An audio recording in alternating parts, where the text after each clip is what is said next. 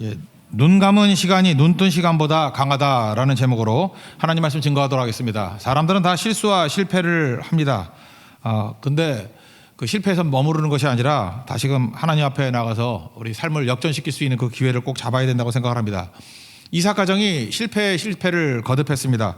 먼저 이삭이 하나님의 뜻보다 자기 욕심 내세우다가 집안 뒤죽박죽 만들어 버렸습니다. 또 그의 아내인 리브가도 마찬가지죠. 27장 45절 보니까 이제 하루에 너희 둘을 이루랴. 어찌 하루에 둘을 이루랴. 그러니까 무슨 얘기입니까? 지금 야곱만 아니라 에서의 마음도 엄마를 떠났다, 그런 뜻이죠. 그러니까 이런 과정을 통해 가지고 에서의 마음이 그 어머니의 마음과 멀어져 가지고 아들을 이미 잃었다, 이렇게 표현을 하고 있습니다. 더 이상 야곱만이 아니라 에서도 다 잃게 되었다. 그러니까 엄마도 다 깨지게 되었죠. 에서야 말할 것도 없죠. 좋은 부모, 좋은 유산 받았음에도 불구하고 다 잃어버리는 그런 과정을 갖게 되었다는 것입니다. 야곱은 어떻습니까? 하나님이 약속하신 거 기다리면 주실 것인데 괜히 인간적인 방법을 쓰다가 다 잃어버리게 되었습니다. 나중에 그 바로왕 앞에서 그런 얘기 하잖아요. 내가 험악한 세월을 살았다고. 130년 동안 죽을 고생 다하는 험악한 인생을 살았다, 이런 고백을 합니다. 이런 모든 과정의 출발이 지금 28장입니다. 1절부터 9절까지 내용은 이렇게 집 떠나는 아들에 대해서 아버지가 축복과 당부를 하는 내용이고, 이제 실제로 10절부터 22절까지는 집 떠난 삶, 그 자체가 광야잖아요. 광야의 삶의 시작, 그것도 또 밤입니다. 밤, 광야의 밤, 그 시작을 알려주고 있습니다. 어떻게 이 어려운 가운데 하나님을 만나고 하나님의 뜻이 이루어져 가는지 그 과정을 두 파트를 통해서 살펴보도록 하겠습니다. 첫 번째 내용은 이렇습니다. 아무리 실패하고 넘어졌다 할지라도 하나님을 놓치지 말라는 것입니다. 언제나 다시 하나님으로, to God again, 하나님께 다시 돌아가는 그 모습이 있어야 된다는 것입니다. 지금 만신창이가 됐죠. 어디서부터 깨졌는지 어디서부터 무너졌는지 모를 수 있습니다. 뭐 그건 괜찮습니다. 근데 아버지가 지금 얘기해 주는 게 뭐냐? 이삭이 아들에게 주는 원칙, 다시 하나님에게로 돌아가면 살 길이 있다, 이걸 말해주고 있다는 것입니다. 네 삶이 아무리 고통과 고난으로 점철되어 있다 할지라도 다시 하나님으로 이거를 강조하고 있다는 것입니다. 우리 옛날에 뭐 그런 비유 많이 들었죠. 유리창이 있었는데 깨졌습니다. 깨지면 가치가 다 떨어지는 거 아닙니까? 깨진 유리입니다.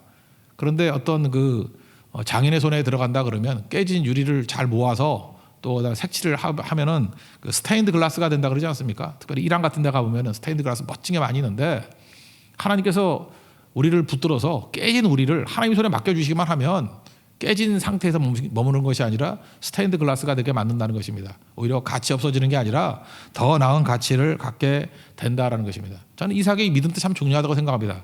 자기 아버지 역할 제대로 못했잖아요. 그죠? 그래서 무너진 모습, 깨진 모습, 좀 안타까운 모습, 초라한 모습이지만 아들을 축복하기를 머뭇거리지 않습니다. 우리도 마찬가지예요. 축복이 뭐예요? 내가 준다는 게 아니죠. 하나님 붙들고 하나님께서 이 아들에게 복 주시기를 원합니다. 그 마음이 꼭 중요하다는 것입니다. 그래서 이렇게 얘기를 해요. 네가 지금 살인의 위협 때문에 도망치지 않느냐? 뭐 내용 그런 거죠. 형 에서 때문에 지금 도망가는 거 아니에요. 그렇지만 그걸 도망 과정이라고 생각하지 말고 도망 과정 속에서 하나님께서 내게 주신 뜻을 이루었으면 좋겠다. 그 내용이 뭐냐 하면 결혼 문제 꼭 해결해라. 이전에도 우리 아버지 아브라함이 나를 결혼시키기 위해서, 엄마 만나기 위해서 이렇게 종을 보내서 그 24장에 보면은 오랜 기간 동안에 그 아내를 얻어오는 과정이 있지 않았느냐. 너도 마찬가지라는 거예요. 너는 종을 보내지는 않지만 네가 직접 가가지고 이런 고난의 시간을 하나님께서 너를 향하신 뜻인 결혼 문제를 철저히 해결하는 축복의 기회로 삼기를 원한다. 항상 하나님 중심이 되면은 하나님 나라에는 쓰레기통이 없다고 그랬죠. 버릴 게 없다고. 이거 도망식이라고 생각하지 말고 하나님께서 너에게 주신 축복을 누리는 시간이라고 생각했으면 좋겠다. 이렇게 축복하고 당부를 하고 있습니다. 1절과 2절을 읽겠습니다. 시작. 이삭이 야곱을 불러 그에게 축복하고 또 당부하여 이르되 너는 가나안 사람의 딸들 중에서 아내를 맞이하지 말고 일어나 밧담 아람으로 가서 내 외조부 부두엘의 집에 이르러 거기서 내 외삼촌 라반의 딸 중에서 아내를 맞이하라. 그 다음에 이제 얘기하는 게 뭐냐면 필수적인 핵심 사항이 있다라는 거예요. 내용이 뭐냐면 반드시 전능하신 하나님을 만나야 된다는 것입니다. 이 전능하신 하나님, 여기 엘 샤다이라고 되어 있는데 불가능이 없는 하나님이에요. 그래서 모든 것을 가능하게 만드는 하나님, 그 하나님, 아브라함이 만났던 하나님이 엘 샤다이 하나님이고 내가 만났던 하나님도 엘 샤다이 하나님인데 너도 1대1로 하나님, 그 엘 샤다이 하나님, 전능하신 하나님을 만나기를 원한다, 그런 말씀입니다. 우리가 인간적인 생각을 가지고 하나님을 만날 때는요, 작은 하나님, 자기 머릿속에 제한을 둔 하나님을 만날 수밖에 없다는 것입니다. 근데 진짜 하나님이에요. 전능하신 하나님을 만나야지만 된다라는 것입니다. 종교계였던 마틴 루터가 그 있었던 일화가 있잖아요. 근심하고 낙담하고 막 그러니까 아내가 상복 입고 와가지고 하나님 죽었다고. 그럴 리가 있냐고. 하나님 죽지 않았으면 당신이 이렇게 낙심할 리가 없다고. 그때에 아내와 대화 속에서 나왔던 위대한 말이 있죠. Let God be God. 하나님으로 하나님 되게 하라. 너의 하나님을 너무 작게 여기지 말라는 거죠. 하나님으로 하나님 되게 하라. 그게 바로 무슨 얘기입니까? 엘샤다의 하나님을 만나게 되었다, 그런 뜻입니다. 지금 이삭의 아들에게 말하는 얘기가 그거예요. 엘샤다의 하나님을 만나면은 모든 것이 가능해지니까 그 하나님 만나고 어느 곳하든지 어떤 일을 만나든지 담대히 이길 수 있다. 그 길을 찾으라는 거예요. 마가복음 9장에 보면은 예수님이 3명의 제자와 함께 변화산에 올라갔습니다. 근데 밑에서는 귀신 들린 아들을 데려온 아버지가 있었죠. 못 고쳤습니다. 예수님이 내려오시고 난 다음에 그 아버지가 예수님께 나와서 이렇게 얘기합니다. 9장 22절을 보니까 무엇을 하실 수 있거든 우리를 불쌍히 여기사 도와주옵소서. 무엇을 하실 수 있거든. 이게 아버지의 믿음의 상태가 어떤 거예요? 이게 전능하신 하나님에 대한 믿음이 아니죠. 이건 어떤 반신반의하는 믿음 아닙니까? 하실 수 있거든. 가능성이 있으면은 해달라, 그런 얘기였죠. 아들 고치기 이전에 아버지의 믿음부터 먼저 예수님은 고쳐주십니다. 뭐라고 얘기해요? 할 수 있거든이 무슨 말이냐? 믿는 자에게는 능하지 못한 일이 없느니라. 그때 아버지가 소스라치게 놀라면서 이렇게 얘기합니다. 내가 믿나이다. 나의 믿음 없는 것을 도와주소서. 우리가 그렇다라는 거예요. 지금 이삭이 지금 아들에게 부탁하는 얘기가 뭐냐 하면은 할 수 있거든의 하나님이에요. 그런 하나님이 아니고 네가 진짜 만나야 될 하나님은 엘샤다의 하나님, 전능하신 하나님, 그죠? 능치 못할 것이 없는 하나님, 그 하나님 만나면 삶에서 어떤 일이 벌어진다 할지라도 그 환경과 뭐 조건이 문제가 아니라는 거예요. 무조건 이길 수 있다. 그 하나님을 만나기를 원한다, 그런 거죠. 나는 믿나라는 찬양 우리 처음 부르지 않았습니까? 거기 그런 말씀이 나오죠. 내 앞에 바다가 갈라지지 않으면, 바다가 있으면 하나님께 바다 갈라지게 만들 거야. 내 생각으로는 우리는 홍해를 본 게 있으니까. 근데 혹시라도 바다가 갈라지지 않는다 그러면 이게 구약 사건 아니에요? 바다가 갈라지든 바다가 안 갈라져요. 그러면 답이 없냐는 거예요. 신약의 예수님은 어떻게 했습니까? 주로 나로 바다 위를 걷게 하신다고. 그 하나님을 믿는다고. 그러니까 우리는 경험, 어디서 들은 얘기들, 내 한계 속에서만 있는 하나님만 잠깐 상정하지 말라는 거예요. 하나님 내가 상상도 못했던 또 다른 길이 있다는 거예요. 구약의 홍해 앞에 있던 백성들이 홍해가 갈라질 걸 알았습니까? 자기 머릿속에 없는 길이에요. 그 길을 건너갔죠. 우리는 이제 시작의 백성이니까 구약의 내용을 알 거 아니에요. 그러면 바다가 안 갈라졌어요. 그럼 어떻게 되냐? 신약의 예수님은 바다 위를 걸어가게 만드시잖아요. 우리는 또 신약 이후의 사람들 아닙니까? 우리 삶 가운데도 성경에 잘 나타나지 않는 일들이 막 벌어질 거 아니에요. 그래도 우리는 믿는다고요. 어떤 하나님을요? 엘샤다의 하나님, 전능하신 하나님을 믿습니다. 여러분도 믿습니까? 반드시 해결할 수 있는 길이 있다라는 거예요. 그 전능하신 하나님을 믿고 나아가기를 원한다. 집 떠나는 아들에 대한 아버지의 권고였습니다. 그러면 그 다음 나오잖아요.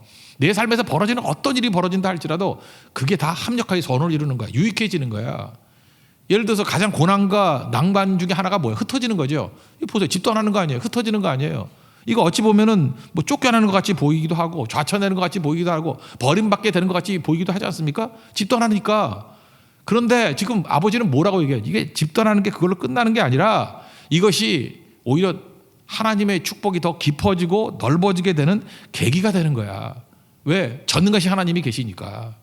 그러니까 전능하신 하나님만 붙들면 뭐 좋고 나쁘고 장소에 관계없이 환경에 관계없이 다 합력하여 선을 이루는 거야.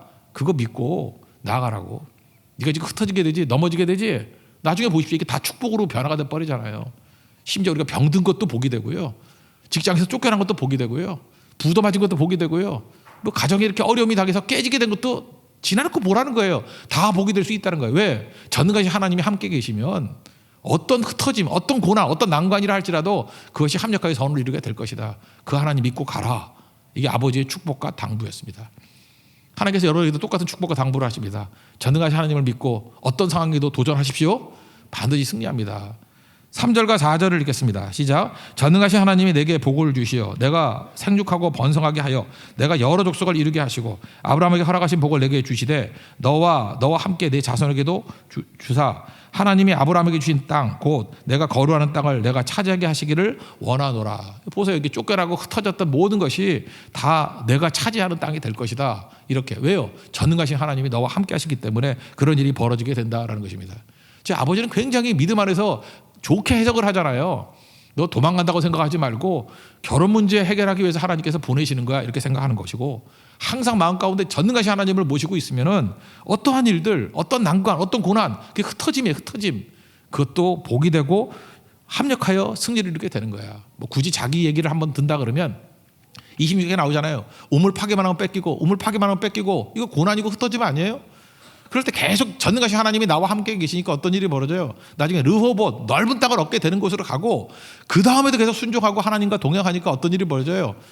부엘세바가 7개의 우물이라는 것이거든요. 엄청 우물이 터지는 곳, 맹세의 우물, 대적까지도 나아가 와서 화평을 청하고 굴복하는 그런 일들이 벌어지는 거야. 아브라함에게도 그런 게 있었고 나에게도 그런 일이 있어. 너에게도 전능하신 하나님만 붙들면 그런 승리가 있게 될 것이야. 그 하나님 믿어. 그래서 당부는 요약하면 하나예요. 전능하신 하나님을 만나기를 원한다. 똑같이 우리에게도 말씀하고 계십니다. 여러분, 전능하신 하나님을 만나시는 시간 되기를 축원합니다. 그러면 어떤 흩어짐과 고난이라 할지라도 다 합력하여 선을 이루고 그것이 하나님 앞에서 깊어지고 넓어지게 되는 deep and wide, 그런 계기가 되는 은총이 임하는 시간이 될 것입니다. 그 은혜를 누리는 믿음의 종 되기를 바랍니다. 반면에 그 밑에 보면은 이제 에서가 나오는데요. 에서의 안타까운 모습이 나와요. 지금 야곱은 하나님 말씀대로 이렇게 가는데 에서는 어땠습니까? 항상 자기 중심이에요. 자기 생각대로, 멋대로. 이전에 보면은 어떤 모습이 있었습니까? 야곱이 항상 에서를 훔쳐봤어요. 그죠? 물끄러미 쳐다봤다고. 그래서 그 아버지 속이러 갈 때도 뭐 그런 얘기 하잖아요. 아버지가 형 에서를 만질 터인데, 나를 만질 터인데 난 털이 없는데 어떡합니까? 뭐 그런 걸 엄마하고 얘기 나누지 않아요? 그거 어떻게 알았을까요? 과거에 아버지 이삭의 취미가 뭐였냐면 형 에서 불러다가 털 만지는 거라 그랬죠. 털 만지면서 아유 이 멋진 놈, 이 사냥꾼, 이런 아들이 내 아들이니 막 자랑스러워했다라는 거예요. 그걸 멀리서 물끄러미 쳐다본 게 누구였습니까? 야곱이 쳐다봤어요. 그저 부러워했죠. 그래서 아버지가 에서를 이렇게 털을 만지고 있다, 사랑스럽게 만지고 있다는 걸 알고 있던 아들이었다라는 거예요. 근데 이제 역전했습니다. 이제는 어떤 일이 벌어집니까? 에서가 야곱을 쳐다보고 야곱을 주목하는 그런 일이 나타나요. 그래서 계속해서 야곱을 봤다. 그죠? 에서가 본즉, 에서가 또 본즉, 이런 게 계속 나온다고요. 그러면 어떤 걸 깨닫게 되면은 어떻게 돼야 돼요? 아버지한테 가서 물어보든지 아니면 하나님께 엎드리든지, 하나님 나는 어떻게 해야지 아버지의 사랑과 은혜를 받을 수 있습니까? 어떻게 하면 하나님의 사랑과 은혜를 받을 수 있습니까? 이렇게 나가야 되는데 그 쳐다보기만 하고요. 판단을 자기 생각으로 하는 거예요. 자기 생각. 본능대로 생각하는 거예요. 본능이 뭐라 그랬어요? 종교심이라 그랬잖아요. 두려움 없애는 방법, 그다음에 욕심 채우는 거. 그러니까 지금 뭐가 두려운 거예요? 아버지의 사랑을 받지 못하는 게 두려운 거고, 과거의 팥죽 사건은 어떤 거였어요? 자기 욕심 채우는 게 목적이고, 그러니까 자기 생각대로 멋대로 해요. 기준이 없어요. 말씀이 없어요. 이게 에서라는 것입니다. 그래서 결국은 결정했다는 게 뭐예요? 잘 보니까 아버지가, 어머니가 자기 결혼을 기뻐하지 않는 것 같아. 해쪽 속에 딸 둘 데리고 오니까. 근데 아버지가 축복하면서 말하는 게 뭐였어요? 야, 너 이렇게 믿는 사람 안에서 결혼해야 돼. 여기 삼촌 집에 가가지고 딸들 중에, 라반의 딸들 중에 하나랑 결혼하기를 원해. 이런 걸 쫙 들어보니까 아, 내가 이래서 아버지의 사랑을 받지 못하는구나. 그럼 물어봐야 될 거 아니에요. 그럼 나 어떻게 해야 됩니까? 근데 지 생각대로, 사실은 이삭이 제일 싫어하는 게 누구예요? 이스마엘인데. 이스마엘한테 얻어 터지고 막 그랬잖아요. 그죠? 이스마엘의 딸을 데려다가 아버지하고 이렇게 친인척이니까, 야, 이스마엘의 딸이라 그러면 아버지가 기뻐할 거야 라고 묻지도 않고 기도하지도 않고 자기 생각대로 멋대로 판단했다라는 것입니다. 그래서 그 딸 마할렛 또 데려왔다라는 거예요. 결국은 뭐예요? 안타깝죠. 불쌍하죠. 우리도 이래요. 내 혼자 생각을 가지고 이렇게 하면 하나님이 기뻐할 거다, 이러면 아버지가 기뻐할 거다, 이렇게 하면 잘 될 거다, 말씀이 기준이 아니라 지 멋대로 생각하면 이렇게 무너지게 된다는 것입니다. 우리 에서의 안타까운 내용 한번 읽어보겠습니다. 6절부터 9절까지입니다. 시작. 에서가 본즉 이삭이 야곱에게 축복하고 그를 밧담 아람으로 보내어 거기서 아내를 맞이하게 하였고, 또 그에게 축복하고 명하기를 너는 가나안 사람의 딸들 중에서 아내를 맞이하지 말라 하였고, 또 야곱이 부모의 명을 따라 밧담 아람으로 갔으며, 에서가 또 본즉 가나안 사람의 딸들이 그의 아버지 이삭을 기쁘게 하지 못하는지라. 이에 에서가 이스마엘에게 가서 그 본처들 외에 아브라함의 아들 이스마엘의 딸이요 느바에스의 누인 마할랏을 아내로 맞이하였더라. 그는요, 어떤 삶을 수습하는 것이 말씀으로 가지 않습니다. 다시 하나님으로 돌아가는 그런 게 없어요. 그러다 보니까 항상 일회성이고 충동적이고, 여러분 그래서 이걸 뭐라 그래요? 육적인 사람이라 그런다. 육적인 사람. 항상 어떤 상황을 피하는 쪽으로만 가게 된다는 거예요. 그 여러분 성령의 사람이 되십시오. 넘어지고 깨지고 실수하고 실패해도 괜찮습니다. 다시 하나님으로, 이게 성령의 사람이에요. 그러면 소망이 있습니다. 역전이 됩니다. 가만히 아무리 그럴듯하게 산다 할지라도 자기 생각대로 이걸 육신의 사람이라고 하거든요. 육의 사람이라고 하거든요. 육의 사람으로 살면은 답이 없습니다. 답이. 아무리 대안을 찾는다 할지라도 자기 생각이니까 결국 그 답이 뭐예요? 멋대로 멋대로. 두려움 피하는 쪽, 욕심 채우는 쪽. 답이 아닙니다. 더 인생이 꼬이고 나중에는 들깨 같은 인생을 살지 않습니까? 하나님의 축복과 은혜를 다 받을 만한 그런 위치에 있던 에서가 들깨 같은 천박한 인생으로 떨어지게 되더라는 것입니다. 우리가 아무리 어렵고 힘들다 할지라도 다시 하나님으로 돌아가서 전능하신 하나님을 만나서 우리 삶 속에서 일킴을 받는 하나님의 거룩한 종 되기를 축원합니다.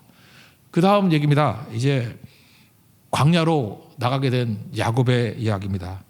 여기서 오늘 제목을 삼았는데 눈 감은 시간이 눈 뜬 시간보다 강하다. 여기서 하나님을 만나게 되는 사건이 벌어지게 됩니다. 광야, 험난한 것이죠. 또 하나 밤, 그러면 더 어두운 것입니다. 그 광야의 밤, 이게 야곱에게 임했던 상황이었다는 것입니다. 여러분 집 떠나보셨습니까? 그냥 여행 이런 거 말고요. 쫓겨나 보셨습니까? 어디 집에 있을 수 없어가지고 이렇게 빈몸으로 떠난 적이 있습니까? 옛날에 우리 전쟁 같으면은 피난민으로 떠났을 때 이런 심정이었다고 얘기를 합니다. 아무것도 없이 그냥 몸 하나 가지고 떠난 그런 상황. 한번 야곱이 그런 상황이었던 것 같습니다. 생소한 땅입니다. 그리고 정처 없습니다. 거기다가 두려움과 공포가 있고 또 자기 잘못한 것도 있잖아요. 죄책감도 있고 수치심도 있고. 그래서 광야로 가게 되었습니다. 광야가 MDBR. 그래서 이스라엘 백성들은 이스라엘 히브리어는 자음밖에 없다 그랬잖아요. MDBR. 그 영어 자음이에요. 영어로 표현하는 거예요. 미드바르. 이게 광야입니다. 광야. 근데 MDBR, M만 빼면 돼요. DBR, 그게 나바르, 말씀이거든요. 그래서 이스라엘 백성들은 광야라는 단어를 들을 때 말씀이 동시에 생각나요. 미드바르 그러면 다바르가 생각이 난다고. 광야는 아무것도 없는 곳입니다. 그죠? 필요한 것들이 아무것도 없고 사람도 없고 도움도 없고 아무것도 없는 곳이에요. 다만 있는 것이 딱 하나예요. 다바르, 말씀만 있는 곳이었다는 것입니다. 광야는 외로운 곳이에요. 그래서 하나님 만나는 거예요. 여러분 인간은 어차피 외로울 수밖에 없습니다. 두 종류죠. 병들어 보십시오. 병들어 외로워요. 위로해 주는 사람이 있고 간호해 주는 사람이 있다 할지라도 결국은 혼자 아픈 거거든요. 병들어 보세요. 중병에 한번 걸려 보세요. 진짜 외롭다고. 그때 만날 수 있는 하나님이 있지 않으면 못 견딥니다. 죽음 외로운 겁니다. 죽을 때 뭐 같이 죽나요? 혼자 죽지. 그러니까 죽음의 상황에 처하게 되면 누구나 다 외로워하더라고요. 다들 막 두렵고 힘들어해요. 근데 전능하신 하나님에 대한 믿음이 있고 동행하신 하나님이 계신 분들은 죽음도 두려워하지 않더라고. 스데반 보세요. 그죠? 함께 하시는 분이 계시니까 두려움 없이 천사의 얼굴 하면서 가잖아요. 우리 다 100% 병들고 100% 죽게 돼 있습니다. 두렵지 않고 외롭지 않기 위해서 필요한 건 뭐냐면 동행하신 하나님이 꼭 계셔야 된다는 것입니다. 이제 광야의 밤 이걸 맞이하게 됩니다. 야곱이 집 떠나니까 잘 곳이 없잖아요. 유숙, 말이 유숙이지 그냥 땅바닥에 자게 됐다 그런 얘기죠. 들판에 자게 됐습니다. 돌베개를 베고 잤다 얘기 나오지 않습니까? 그러면 뭐 야곱의 특징이 목침 비슷하게 딱딱한 거 베고 자는 게 취미더라 그 뜻이 아니죠. 그냥 험난하다 그것도 맞지만 여기서 말하는 돌베개를 주석 같은 데 보면요. 호신용이다 그런 얘기를 해요. 들판에서 자니까 강도가 올지도 모르고 또 들판에서 자니까 들짐승들, 들깨들이 와가지고 물어뜯을지도 모르는 거잖아요. 그래서 잠은 자야 되는데 불안하게 잠을 자는 거예요. 어떻게 해요? 돌베개. 손을 꽉 쥐고 있대요. 그래서 언제든지 호신용으로 이 무기로 쓸 수 있는 돌. 그러니까 베개조차도 쉴 수 있는 베개가 아니라 호신용 무기로 쓰는 것을 베개로 삼아야 될 그런 삶. 그렇게 이게 험난한 삶이고 힘든 삶이었다 그런 얘기죠. 그래서 광야의 밤 첫째 날이 시작이 됩니다. 10절과 11절 다 같이 읽겠습니다. 시작. 야곱이 브엘사바에서 떠나 하란으로 향하여 가더니 한 곳에 이르러는 해가 진지라 거기서 유숙하려고 그곳에 한 돌을 가져다가 베개로 삼고 거기 누워 자더니 그때에 자고 있을 때 하나님을 만나게 되었다는 것입니다. 이게 되게 중요한 거예요. 자고 있다는 게 뭐예요? 자기의 무력감, 자기의 수동성 뭐 이런 걸 말하는 거 아니에요? 자고 있을 때 그러니까 눈 감은 때죠. 눈 감은 때 오히려 자기가 활동하고 원래 능동적인 사람 아니에요? 자기가 어떤 작전을 짜가지고 장자권도 뺏고 아버지 축구권도 뺏고 그런 사람 아니에요? 능동적으로 살았던 사람 아닙니까? 근데 자고 있다는 건 뭐예요? 수동적인 거예요. 무기력한 거예요. 아무것도 못하는 거예요. 그것도 광야에서 돌베개 베고 자고 있습니다. 그때에 눈 감을 때예요. 그때 하나님을 만나게 된 거예요. 이것이 그의 인생, 눈 뜰 때보다 더 강력한 인생을 살게 되는 힘이 되었다라는 것입니다. 그게 중요한 거죠. 뭘 봤어요? 사다리 봤어요. 사다리. 땅에서부터 하늘까지 다 있는 사다리를 봤다고요. 사다리를 보니까 천사들이 오르락 내리락 하고 있어요. 그래서 알 수 있는 게 뭐죠? 아, 하늘까지 연결되는 길이 있구나. 이걸 하나 본 거죠. 그죠? 하늘, 열린 하늘 속에서 나아갈 수 있는 길이 있구나. 땅만 쳐다보고 살았는데 내가 장깨로만 살았는데 하늘과 연결되는 길이 있구나. 이걸 하나 발견한 거고 그 위를 쳐다봤습니다. 쳐다봤는데 누가 계셔요? 하나님이 계시는데 하나님이 어떤 모습으로 계십니까? 서 계셔요. 하나님이 서 계셨다는 건 무슨 얘기냐면은 일하고 계신다는 거예요. 그러면서 말씀하시죠. 축복하시죠. 그죠? 아브라함, 이삭에게 임했던 하나님 축복이 내가 너와 함께 하겠다고. 그래서 그 하나님의 말씀을 듣고 뭐라고 해요? 여기 있는 모든 것들 다 내게 주겠다고. 근데 참 묘한 게 뭐냐면 하나님은 서 계신데 이게 두 가지 지금 대비시키는 거예요. 하나님은 서 계시는데 지금 야곱은 누워 있잖아요.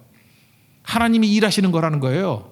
나는 수동적으로 아무것도 안 해도 되는 거야. 하나님께 맡기기만 하면 된다라는 거예요. 그러면 하나님이 일하시는 거고 나는 눈 감고 있습니다. 내가 눈 뜰 때 더 일 많이 하는 거잖아요. 아니에요. 눈 감고 있을 때 이게 기도의 시간이고 예배의 시간이거든요. 내가 눈 감고 있을 때 오히려 눈 뜰 때보다 더 강력하다는 거예요. 왜? 하나님이 일하시기 때문에. 이게 중요한 거죠. 여러분 안식이 뭐라 그랬어요? 맡기는 거죠. 맡길 때 하나님이 더 강력하게 일하신다는 거예요. 우리 그 시편 127편 2절 같은 데 나오잖아요. 사랑하시는 자에게 잠을 주신다. 무슨 뜻이에요? 내가 정을 지키려고 그러고 뭐 수고의 떡을 먹으려고 그러고 온갖 짓을 다 한다고 되는 게 아니라는 거예요. 맡기라는 거예요. 하나님께 맡기라는 거예요. 자는 거거든요. 그러면 하나님께서 다 이루어 주신다는 거. 지켜주시고 보호해 주시고 열매 거두게 해 주신다. 여러분 믿습니까? 그게 시편 127편 1절 2절의 메시지라는 거예요. 또 마가복음에도 그런 말씀 나오죠. 27절에 4장 27절에 밤낮 자고 깨고 하는 중에 그 씨가 잘한다고. 내가 하는 게 없죠. 나는 자고 있는 거예요. 난 누워 있는 거예요. 서 계신 하나님이 다 일하고 계신다는 거예요. 우리의 삶의 모든 것들을. 그래서 시편 37편 5절에 뭐라고 말씀하십니까? 내 길을 여호와께 맡기라. 맡기면 완성되는 거죠. 그를 의지하면 그가 이루신다고. 오늘 이걸 깨닫는 게 바로 이 베델이에요. 베델. 이 자리가 원래 루스라는 자리였는데 나중에 이곳을 베델이 베트라는 게 집이고 엘이 하나님이잖아요. 하나님의 집. 하나님의 집이라는 베델 사건이라고 이게 이 야곱의 역사에서 계속 나와요. 베델이. 이게 기자기의 베델이거든요. 그래서 나중에 베델로 돌아가자 그런 얘기가 나오잖아요. 여기서 하나님을 만난 거예요. 전능하신 하나님을 만나는 사건이라. 아버지가 그렇게 권면했듯이 전능하신 하나님을 여기서 만난 거라고요. 그죠? 자기가 무능할 때 광야의 밤에 여기서 만난 거라고. 언제요? 자기가 가장 무력할 때, 절망에 빠졌을 때, 아무것도 못할 때 그때 임하게 되더라는 것입니다. 여기서 천사가 오르락 내리락 하다 이런 얘기가 나오지 않습니까? 이거 제가 신학 대학원 다닐 때 그 김세윤 교수님이라고 계셨는데 그분이 이 해석에 대해서는 진짜 권위자예요. 권위자. 그 나중에 뭐 플러 신학교에서 마지막 계셨던 것 같은데 지금 뭐 은퇴하신 것 같기도 하고요. 그 김세윤 교수가 쓴 책 중에 하나가 있는데 그 사람의 아들이라는 책이 있어요. 되게 좋은 책인데 지금 나오는지 모르겠어요. 그 사람의 아들. 여기 보면은 이제 뭐라고 얘기되었냐. 우리가 많이 보지 않습니까? 그 천사가 사닥다리 오르락 내리락 하더라. 이거 예수님이 한 번 더 인용하셨죠. 요한복음 1장에 보면요. 나다나엘 만나잖아요. 나다나엘이 빌립과 함께 뭐라고 얘기해요? 예수님 만났다 그랬더니 메시아 만났다 그랬더니 어디서? 나사렛 그랬더니 뭐라 그래요? 나사렛에서 무슨 인물이 나오냐? 그래서 막 이렇게 무시하죠. 그때 예수님이 만나가지고 내가 무화과나무 아래 있을 때부터 알았다. 그러니까 깜짝 놀라가지고 어떻게 된 겁니까? 그때 예수님이 요 말씀을 한 번 더 인용하죠. 하늘이 열리고 하나님의 사자들이 인자 위에 오르락내리락 하는 것을 보리라. 이걸 어떻게 해석을 했냐면 이런 거예요. 천사들이 모든 걸 다 알고 있는 게 아니라는 거예요. 근데 이 창세기 28장에서 지금 천사들 사이에 소문이 난 거예요. 뭐라고 소문이 났냐? 야곱은 성격이 별로 안 좋잖아요. 사기치는 성격 아니에요. 속이는 자 아니에요. 그죠? 그래서 천사들도 약간 무시했는가 봐. 근데 천사들 사이에 소문이 난 거예요. 하나님께서 저렇게 속임수 많고 저렇게 성품 더러운 야곱을 들어 쓰셔서 하나님의 놀라운 일들을 이루신다라고 하는 소문이 난 거예요. 그래서 이제 하나님이 야곱을 통해서 작품을 만드시기 시작하신다라는 소문이 나가지고 천사들이 사닥다리 오르락 내려가면서 설레발 치고 있다는 거예요. 설레발 치다가 궁금해가지고 자기들끼리 야 야곱 보자 저게 야곱이래 난리치는 거. 별 감독이 없으신 거 보세요. 그러니까 천사들이 막 난리가 났다는 거예요. 난리가. 똑같이 신약에 오면요. 지금 나다나엘 같은 반응들이 있잖아요. 원래 나사렛이라는 뜻이 뭐라 그랬어요? 넷제르라 그랬어요. 넷제르. 그 예레미야서 공부하면서 배우지 않았습니까? 그 넷제르라는 말이 그게 연한 순이란 말도 있고 또는 그 가지라는 뜻이에요. 가지. 약한 가지. 초라한 가지 그런 뜻이라고요. 그래서 예레미야 33장 15절에 뭐라고 돼 있어요? 다윗에게서 한 의로운 가지가 나올 거라고. 그 가지라는 말이 넷제르인데 넷제르가 음력돼 가지고 신약에서는 나사렛이 된 거라고. 그러니까 나다나엘이 뭐라고 얘기한 거예요? 이 나사렛에서 뭘 알 수 있어요? 초라한 가지, 그런 뜻이라고요. 아주 보잘것없는 가지. 그 뜻이 나사렛이거든, 넷제르. 그러니까 그 말뜻과 현실을 얘기하는 거예요. 나사렛이라는 비천한 거, 그 보잘것없는 곳에서 무슨 메시아가 나. 똑같은 거예요. 야곱같이 저렇게 초라한 놈한테 무슨 하나님의 능력이 나타나. 그러면서 반신반의하면서 막 천사들이 설레발치고 있다는 거야, 호기심으로. 이게 28장의 얘기고, 또 예수님도 똑같은 사건이 신약에서도 벌어지고 있다, 그런 얘기를 하는 거죠. 오늘 우리에게도 똑같은 말씀이에요. 여러분들 한 사람 한 사람이 지금 야곱 같은 존재 아닙니까? 너무 약해 보이고 부족해 보이고. 시편 41편 14절 같은 데 보니까 옛날 성경이 더 재밌어요. 이 지렁이 같은 야곱아, 새로 보이는 이 버러지 같은 야곱아. 버러지하고 지렁이하고 똑같나 모르겠어요. 하여튼 지렁이 같은 야곱아, 이 버러지 같은 야곱아, 이 발톱 사이 낀 때 같은 놈아. 뭐 옛날 별소리 다 해서. 그죠? 우리 모습 아니 아무것도 아니라고요. 그런데 하나님이 함께해 주시면 이 아무것도 아닌 존재를 통해서 하나님의 놀라운 일들이 벌어지게 된다는 거예요. 우리 소망 아닙니까, 소망? 그래서 지금 천사들이 막 설레발치고 있다라는 거예요. 야곱이 하나님 나라의 주인공이래. 저런 야곱을 통해서 하나님의 놀라운 일이신데, 늙고 병들고 무능하고 백그라운드 없고 아무것도 아닌 성격도 별로 안 좋은 저런 야곱 같은 자를 통해서 하나님이 놀라운 일을 이루신데, 그러면서 천사들이 막 설레발치면서 놀라고 있다라는 거예요. 똑같이 나사렛을 보라는 거예요. 나사렛에서 저 비천해 보이는 저 예수님을 통해서 하나님의 새로운 나라를 이루신데, 그래서 천사들이 설레발치듯이 지금은 천사들이 설레발 더 친다는 거예요. 천사가 오르락 내리락 하면서 이게 웬일이니 그러고 있다라는 거예요. 우리 인생도 마찬가지예요. 천사들이 오르락 내리락 하면서 웬일이니 저렇게 나이 들고 부족하고 연약하고 가능성 없어 보이는 사람을 통해서 하나님이 일하신다고 말이 돼? 그런 얘기예요. 여러분 창세기를 보면요, 아브라함, 이삭, 야곱, 요셉 4대 족장에 나오죠. 주인공이 누구예요? 창세기 주인공은 야곱입니다. 야곱. 이렇게 생각하면 돼요. 아브라함이 누구예요? 믿음의 조상, 그렇게 생각하면 안 되고요. 아브라함은 야곱의 할아버지예요. 그게 맞아요. 야곱을 설명하기 위해서 할아버지로서 아브라함이 나오는 거예요. 이삭은 누구예요? 야곱의 아버지예요. 요셉은 누구예요? 야곱의 아들이에요. 그걸 보여주고 있는 거라고. 지금 야곱은 아무것도 아닌 존재였는데 전능하신 하나님 만나가지고 그 인생 전체가 다 바뀌게 되었다. 야곱만큼 부족해 보이지만 하나님 앞에 쓰임. 그래서 야곱이 이스라엘 된 거 아니에요. 12지파 다 얻은 거 아니에요. 할아버지 아브라함도요, 아들 둘이 있었는데 이스마엘은 버림받았잖아요. 그죠? 하나밖에 못 건졌잖아요. 이삭도 마찬가지. 에서 버림받았잖아요. 그런데 이스마엘도 꽤 괜찮은 사람이에요. 에서도 보세요, 성품 괜찮잖아요. 뭐 아버지 이렇게 잘 해주려고 막난이는 아니잖아요. 막 가는 인생은 아니잖아요. 그런데 야곱의 12아들 보면은 4명의 엄마에게서 성질도 다 이상하죠. 막 동생 죽이려고 그러고 팔아먹으려고 그러고 지들끼리 싸우고 하여튼 별의별 놈들 다 있잖아요. 그럼에도 불구하고 12아들 하나도 버린 아들이 없어요. 그 살인자 같은 놈들도 다 뽑아가지고 자기 서무하고 간통하고 그런 놈이 있잖아요. 그 르우벤 같은 거. 그런 말같지도 않은 놈들까지도 다 구원시키고요. 레위, 시므온, 레위 다 구원시키고요. 다 아들로 삼았어요. 다. 그게 다 12지파가 돼버렸다고. 이게 야곱이란 거예요. 야곱. 그러니까 천사들이 설레발치는 거죠. 야, 깜짝 놀랄 일이다. 저렇게 말도 안 되는 존재를 하나님이 들어쓰셔서 하나님의 사람으로 세우시고 그 밑에 있는 아들, 저 쓰레기 같은 놈들을 다 세워가지고 하나님 나라의 12지파를 만드셨구나. 그 놀라운 사건이 또 언제 벌어졌다고요? 예수님 당시에 벌어져서 천사들이 또 설레발치고 있다는 거예요. 오르락 내리락 하면서. 세 번째는 어디겠어요? 우리의 삶이에요. 우리의 삶. 야곱 같은, 지렁이 같은 너 야곱아, 버러지 같은 너 야곱아. 우리거든요. 우리의 삶 속에서도 하나님께서 전능하신 하나님을 믿고 나아가는 우리에게 하나님께서 이런 일들을 보여주시기를 원하신다는 것입니다. 믿습니까? 이런 역전을 바라보는 것이 오늘 이 본문의 핵심이라는 거예요. 이거 붙들고 일어서는 종이 되라는 것입니다. 그게 하나님의 말씀이에요. 그래서 조건이 뭐냐? 임마누엘이요. 하나님이 함께 하시기만 하면 돼요. 그것만 믿으면 된다고. 15절 한번 읽겠습니다. 시작. 내가 너와 함께 있어 내가 어디로 가든지 너를 지키며 너를 이끌어 이 땅으로 돌아오게 할지라. 내가 내게 허락한 것을 다 이루기까지 너를 떠나지 아니하리라 하신지라. 아무리 연약하고 부족하다 할지라도 전능하신 하나님, 아버지가 얘기했잖아요. 이삭이 그 하나님을 만났습니다. 지금 만나서 내가 너에 대한 뜻을 다 이루기까지 결코 떠나지 않겠노라. 그 하나님 만나면 능히 승리할 수 있다는 것입니다. 약해도 괜찮습니다. 부족해도 괜찮습니다. 오늘도 전능하신 하나님과 동행함으로 말미암아 이런 역전을 체험할 수 있는 하나님의 종 되길 바랍니다. 그래서 이 베델의 하나님이라 그러는데 이때 하나님을 만났을 때 야곱의 태도가 이제 바뀌어가기 시작하는 거예요. 야곱은 원래 어떤 사람이에요? 능동적인 사람이라니까요. 자기가 뭘 하려고 그러는 사람이에요. 지난 차례 때도 얘기를 했죠. 두 가지 개념이 있는데 교회, 하나님 나라 개념이 정원이라는 개념이 있고 정원, 가든. 또 하나가 생태계, 에코시스템, 이 두 가지 가능성이 있다고요. 정원은 어떤 겁니까? 정원 가보셨어요? 정원은 인간이 인위적으로 만든 거 아니에요. 가보면 참 예뻐요. 예쁘고 뭐 조그만데 뭐 바위도 있고 뭐 연못도 있고 뭐 어떤 때는 뭐 물레방아도 있고 그런 게 정원 아니에요. 그죠? 뭐 꽃들도 다양하게 있고 뭐 하여튼 너무 반듯해. 근데 정원을 가보면 느낌이 뭐죠? 사람 손 탔죠. 사람 손 탄 거야. 사람이 인위적으로 만든 거예요.